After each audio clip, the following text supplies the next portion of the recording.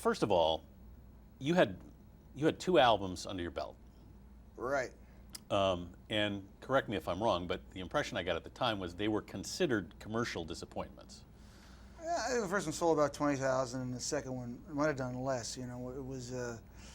I was excited. I always remember when, I asked Mike how much the first record was. I said 20,000. I said, "Oh my God, who are all those people buying buying that damn thing?" You know. But yeah, as far as from the record company's point of view, and the second one, the record company changed. Clive Davis left, and the people who who took me under their wing left, and it was one of the few times we were sort of on the outs with the folks running the record company, and so we were filed away pretty tightly at that time. So, I mean, were you feeling pressure from the record company? I just felt pressure to, you sort of felt pressure from every place in those days, because I think at the time I handed in my second record, and I remember I was asked by someone who I will not name to re-record the whole thing with studio musicians in New York, and I said, "Nah, I can't do that, can't do that." And so the record kind of went into the dumpster, and we were. It was the kind of day when a lot of the record company would show up, see the opening act, who they were thinking of signing, and then leave before you came on. And Mike would stand at the door taking their names down someday. So it was a strange moment. I've generally had, blessed relations with the record company over the years. I wish on all other artists, but that particular moment was really hot, was really rough. Then a guy named Erwin Siegelstein, who was a television guy, came in, and he had a young kid. And his kid was at a college somewhere up around here. And we played a show, and his kid saw us. And the next day, I think I was slamming the record company in the school newspaper or something, And he brought it home, and his dad was now the head of CBS Records. So he said, "Daddy, what about this guy?" And amazingly enough, he listened to his kid, and he called us up and said, "Hey, my son," and that kind of got us back inside the door. But we were sort of in a situation where, we'd had a couple of what were considered flops, and you don't know those days. That was 2 records, 2 strikes, 3 strikes, you're out maybe, and then you're back where you started, or worse, in more debt. So were you? Well, I mean, let me just pick up on that thought. You guys were. I mean, it's not like you guys were fat and happy at that point. You were living paycheck to paycheck. I don't think there were paychecks. I think we took the money and we had it figured out. So we split. Everybody got a small amount of spending money, and then we would have our bills paid, and that was how we worked at the time. And it was unique, and it took a band that was both dedicated and with absolutely no other prospects. So I always said at the time record company was waiting for us to go away, but we had no place to go. We had nothing else to do. This was it, and so it was the usual struggling band thing. All the guys in the car and going, 13 hours at night and driving to the next gig, and it was just your classic sort of situation. But were you sitting? I mean, when you started writing the songs for this album, were you saying to yourself, "It's my last chance"? I lived with a lot of death anxiety, so I always thought that. That's the way I always write. I always write like, "Oh, this is the last one." But at the time, you didn't know. I actually personally felt tremendously fortunate because I was scraping by on a living. I was 24 years old. I wasn't working 9 to 5. I had a band. We played really great. People, when we came out, we got a tremendous response from the audience and all the little clubs that we played.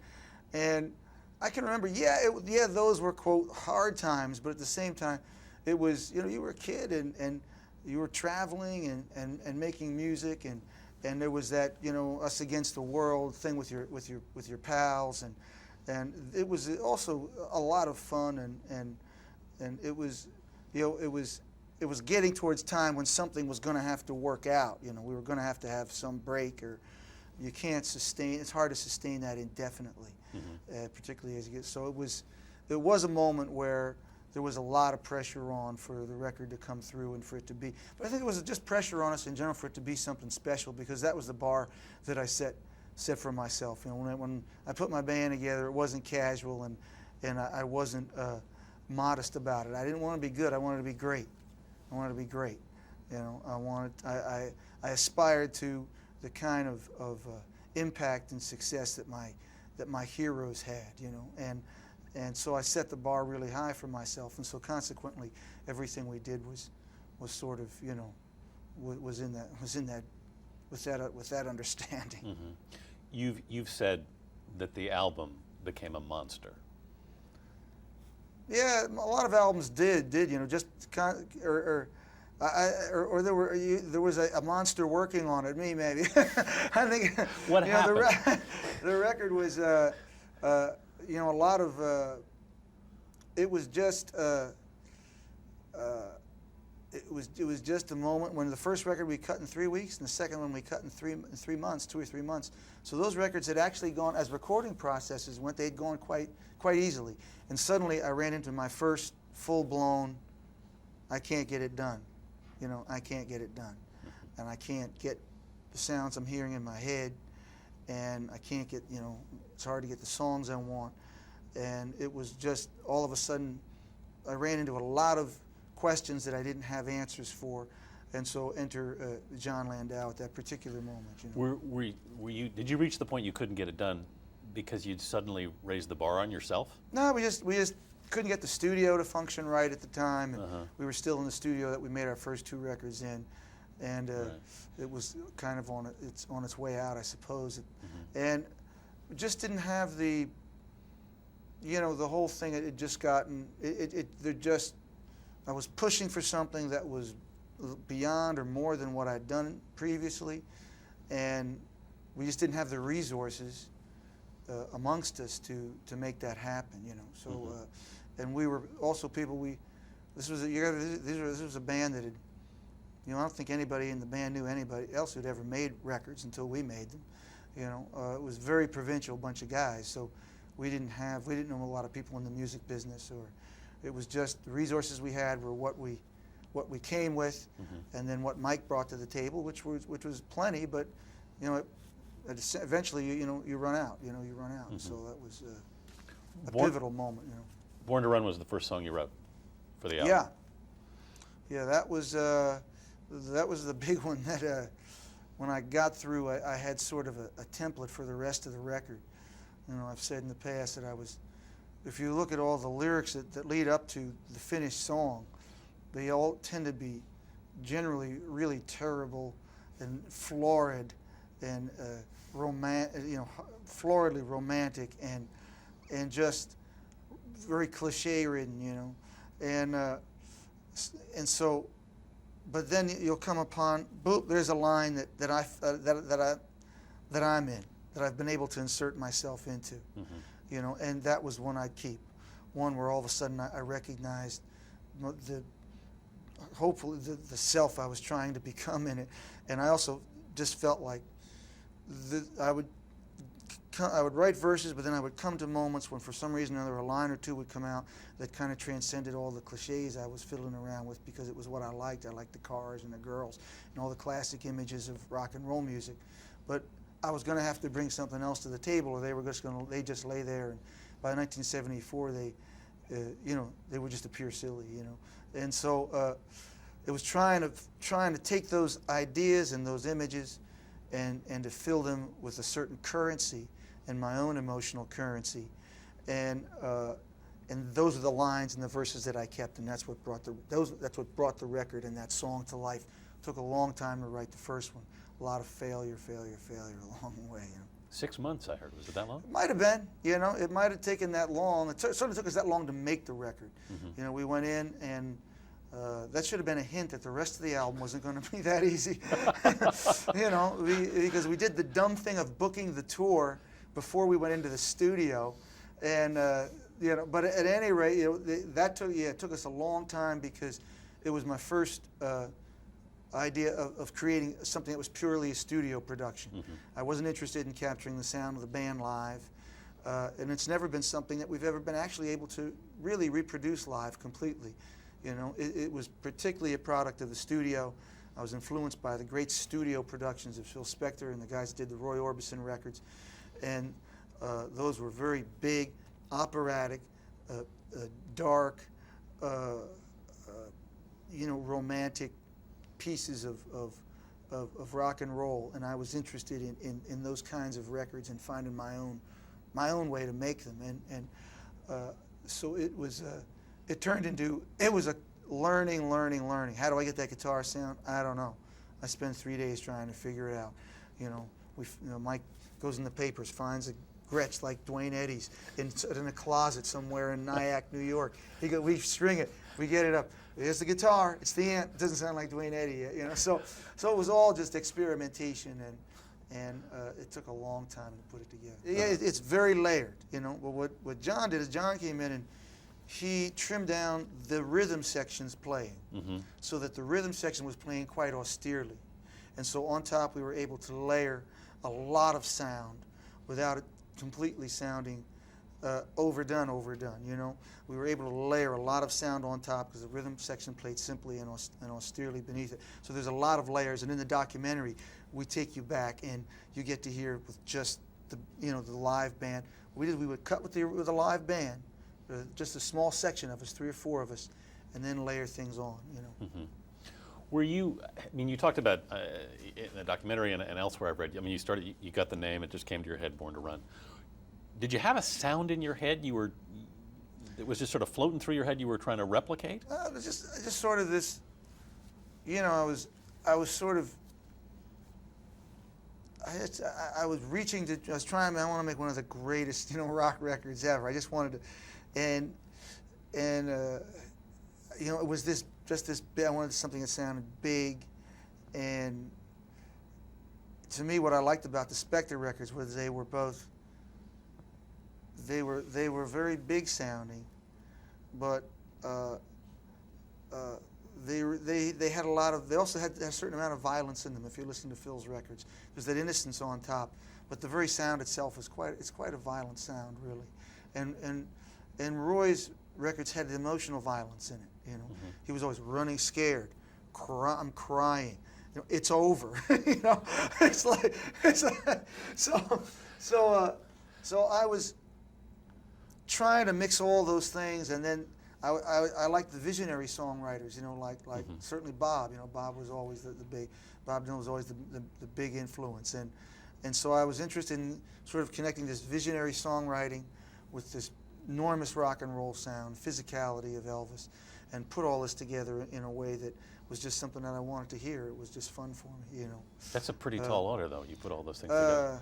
Yeah, it was just, you're just following your senses and your instincts, and it's, you know, it's enjoyable to do it, but it was hard in the sense that I expected a lot out of myself, and we really drug everybody over the coals, sort of trying to get there, but that's how those records get made very often. Some records get made spontaneously, and I've made plenty like that, but some are just, it's a long thought out process where your obsessive compulsive disorder comes in really handy.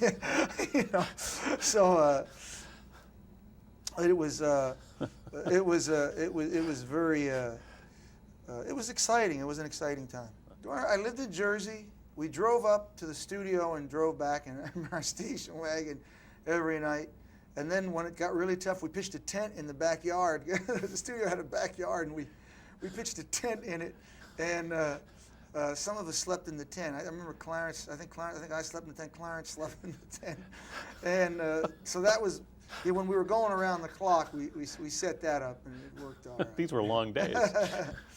Towards the end, you know, it was just 24 hours, and that was, you had no other life, so it wasn't, you know, you weren't going home to anything or anybody, so there wasn't anything else to do. You sort of mentioned, in part, you know, why you brought Jon in, but I mean, did you reach a moment where you just hit a wall? Yeah, sure. There was we got to a place where we just couldn't get this thing recorded. I had the songs, but I couldn't get the record simply recorded on tape. You know, things either broke down, or it just wasn't. It wasn't being realized. You know, and I'd met Jon in a club in Boston, and we kind of just struck it off as music buddies. You know, talking a lot of records we loved, and so the thing started as a friendship. And I just confided in him some of the things we were trying to sort. And he'd done some producing. And at some point, he said, maybe there's a role for you to play, and maybe you can come in and help us out. And that was a big change. We went into the record plant in New York City. Jimmy Iovine, now mogul. Jimmy Iovine was just operating the tape at the time, and he got promoted to engineer after a night or two, and that was when it started to roll, and we started to get the thing done. While this thing was dragging out, what was your record label saying? I don't remember. You know, I mean, the record. Those deals. The time I'd signed a contract where I was supposed to make an album and tour every 6 months. That was the old contracts. The old contracts where you were supposed to come up with singles every 2 or 3 months and make a full album twice a year. And so that was what you said you were going to do. The first 2 albums, I think that's what I actually did, you know. And but at that point, the record business was changing, and you know, they were always, "Where's the record?" I suppose, "Where's the record?" But I sort of gotten to a place where I decided that nobody cares where the record is the day after it comes out, and if it stinks, you know, it's like, hey, who's going to care then? Nobody, you know. They're only going to care if it's good when it comes out. They're going to forget where it was. It's going to be there then, you know. So I always conducted myself after that with the attitude like, who cares when it comes out? You know, it has to be what you want it to be, and that was the approach that we took. So you refused to rush it?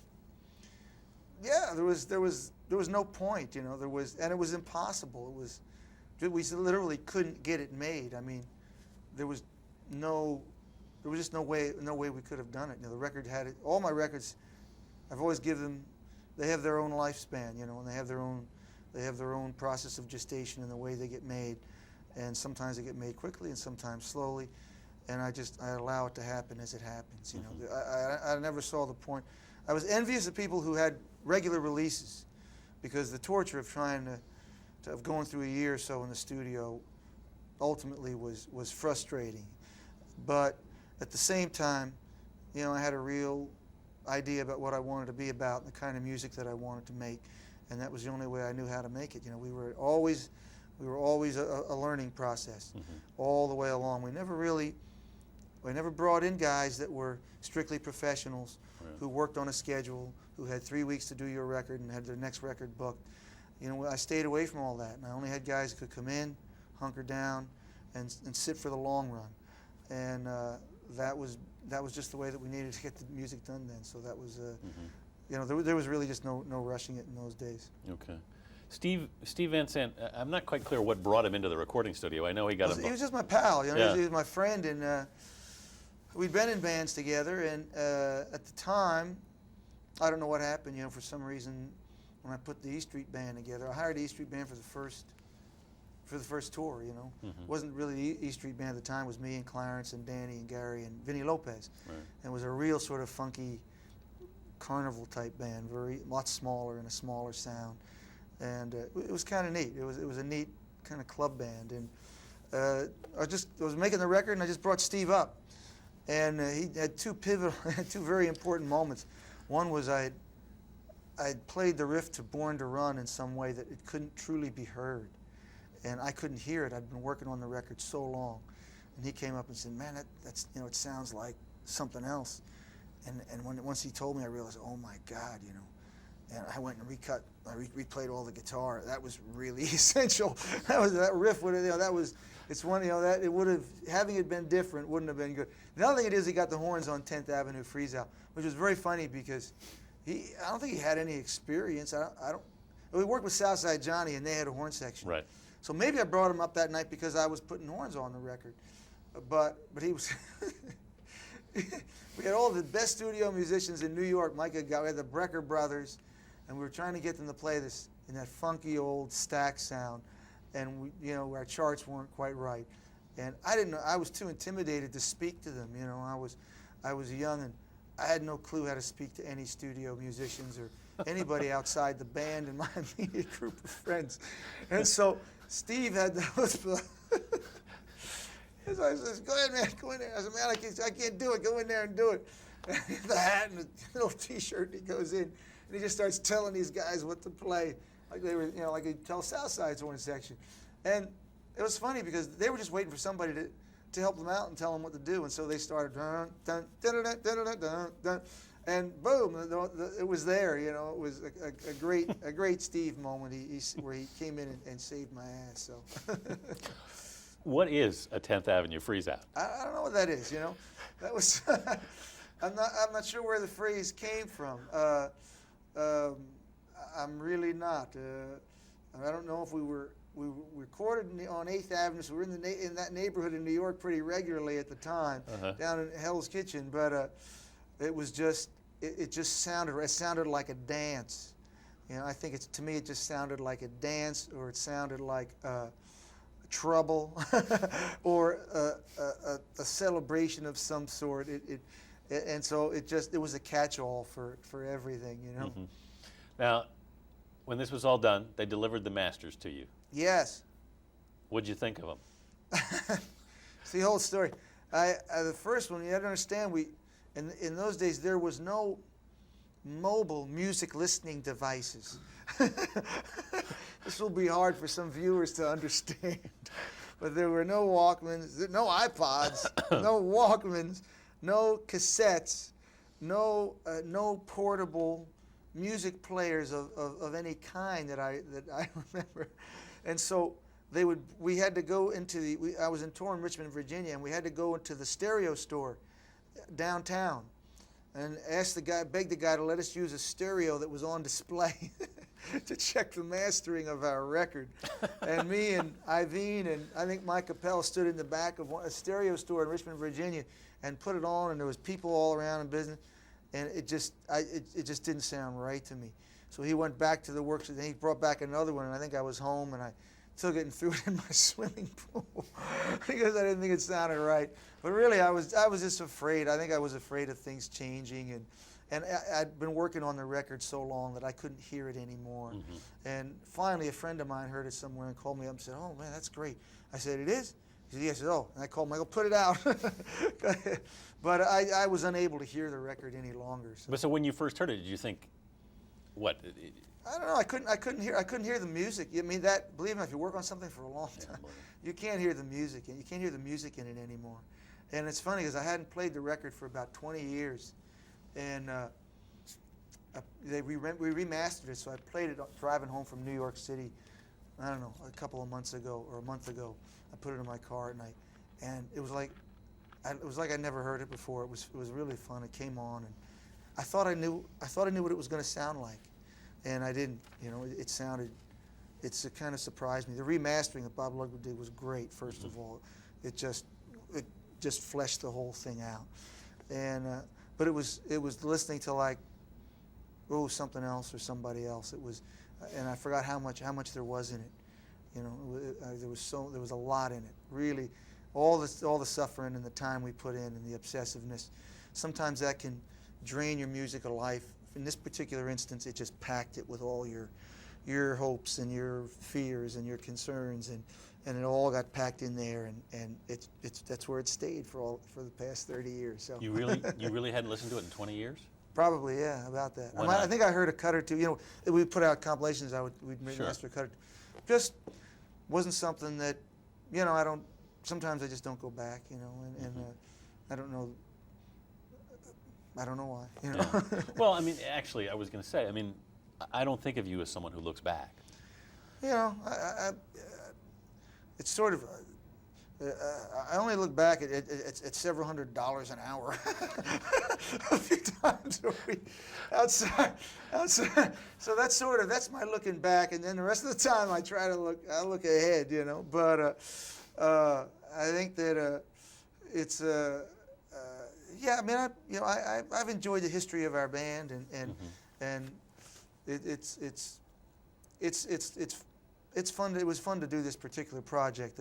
Both finding the film, the Hammersmith live film, Right. which I didn't know existed, and I hadn't seen that band in 30 years either. Like the fans would, they haven't seen. I didn't see the E Street Band from 1975 in that time either. So, so it's fun because you're like, man, who are you know that's you, but it's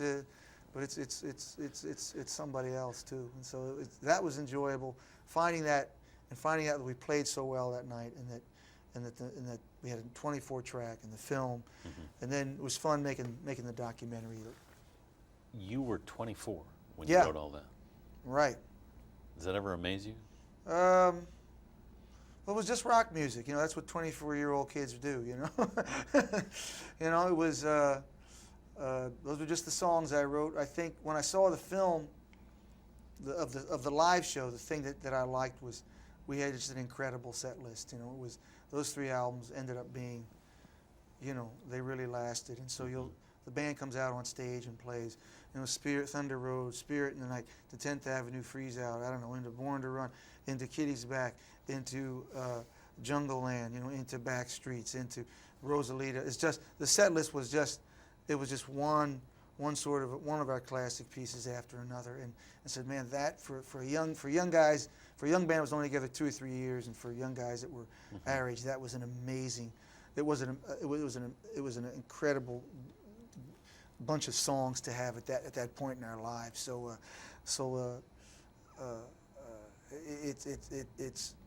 it was fun to see. Within weeks. You were, I don't have to tell you, on the cover of Time and Newsweek. What changed? That was everything changed then. You know, that was you know, expectations. Obviously, you know, you're on the cover of Time and Newsweek, and people expecting something out of you. You know, a lot of the guys Steve had fun with it, but it wasn't him. You know? And a lot of the guys had, you know, everybody had different responses to it. I think you'll find that in any successful band. Some guys go, man, this is it. We're living the life. It's on. The good times roll. And other guys go, whoa. You know, what next? You know, what am I going to do now? And what did you say? And I was more of that school. The latter? I had the ego and the ambition to feel like I belonged on the cover of Time and Newsweek, as my dad said, better you than another picture of the president.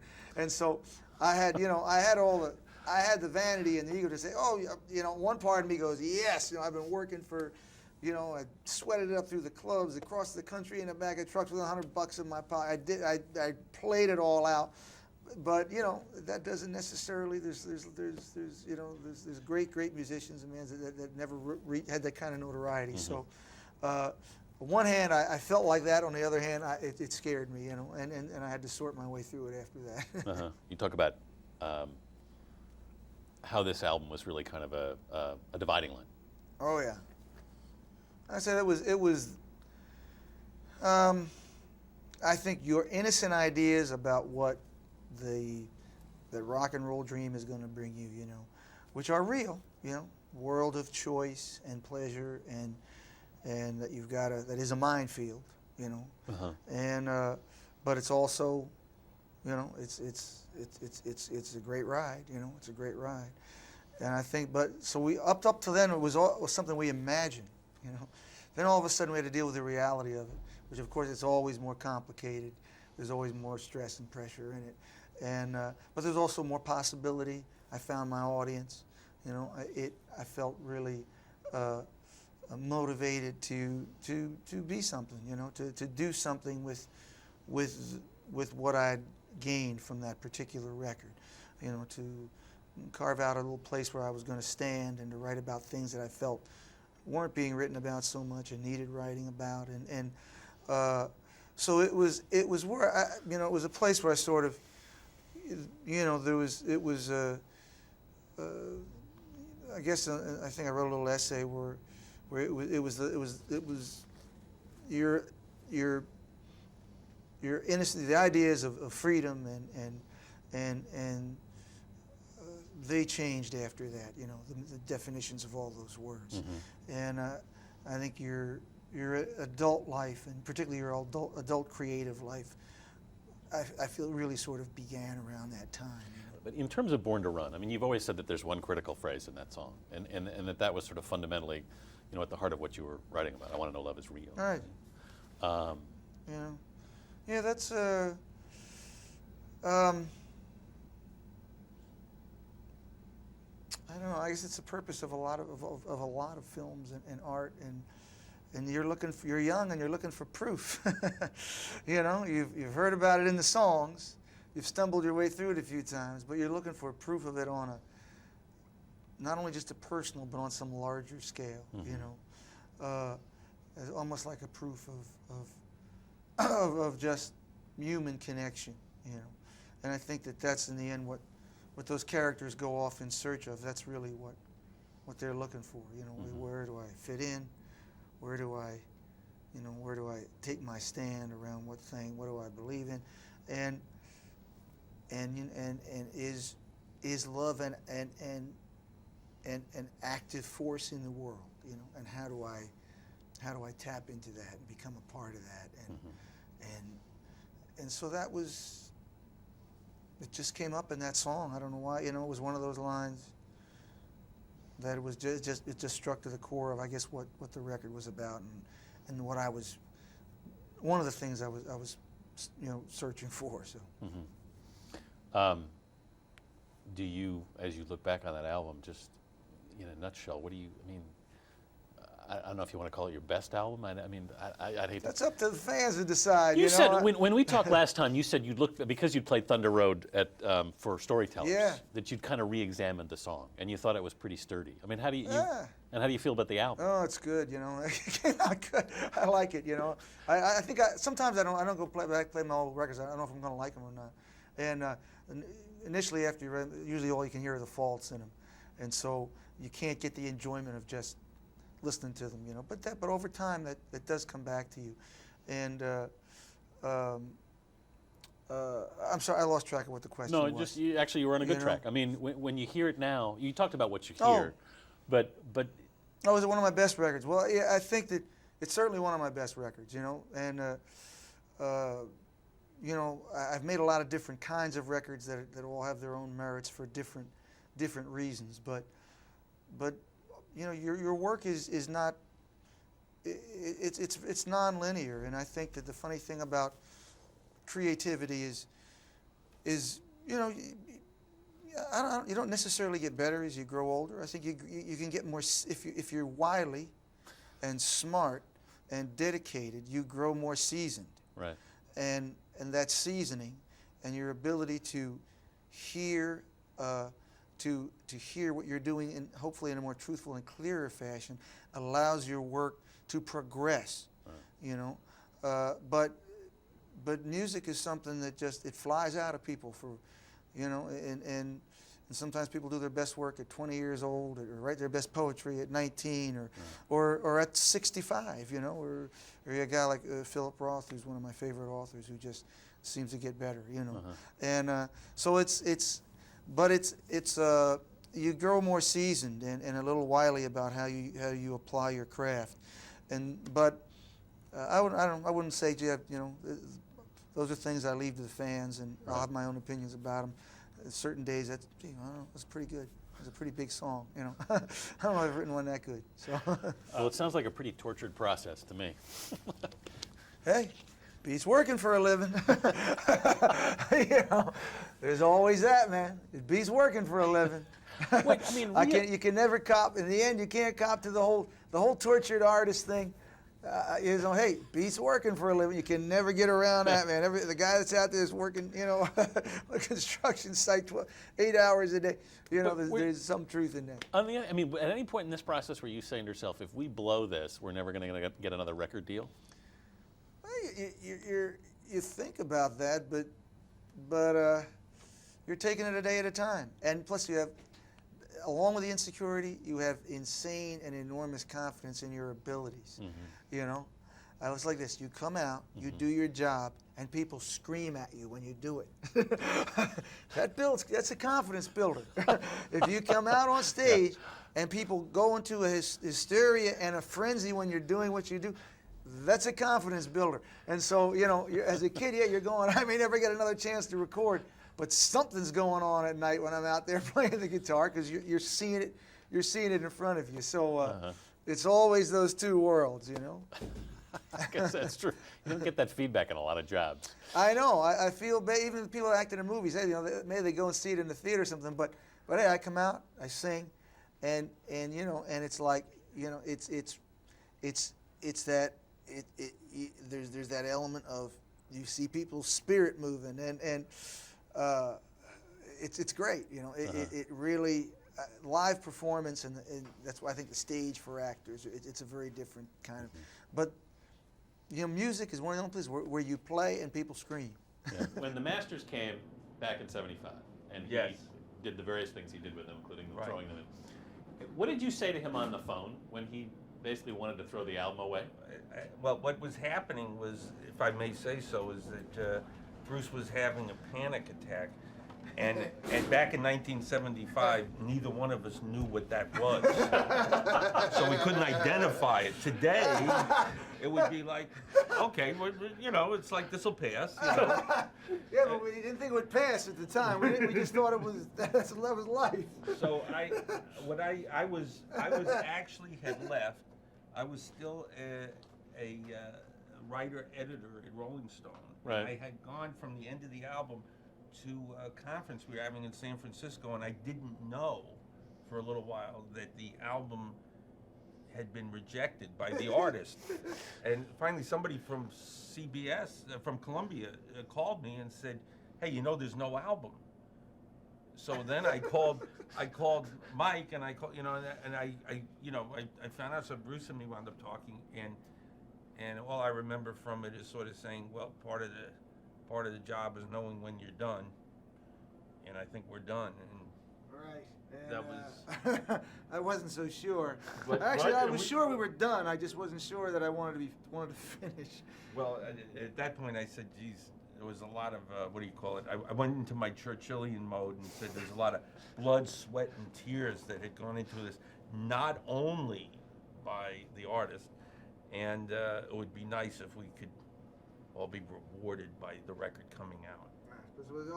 So his job outside of the excellent production, of course, on the record was also to calm me down at the time, which I needed, I guess. But Did what you say worked? Did what you say worked? No. No. I don't know. The album came out. It did. Yes, it worked. It worked very over a period of weeks. Finally, that combined with exhaustion, finally got the record on the street. So, you know, well, the funny thing was that we were talking about when we finished this whole process one night. Bruce and me were sitting, having a drink, and just sort of reminiscing a little bit about the last 30 years. And then we went our separate ways. And when I got home, just as I was getting home, Bruce called me and he said, "Have you listened to this thing lately?" So I said I had, and he said, "This is fantastic." And I realized that was the first time since we worked on the record that he'd actually had said that. I tell you one thing, he didn't hear it when we worked on it. You know, I think he waited 30 years for somebody to say, "Hey, he did a pretty good job." You know, that was a nice little moment.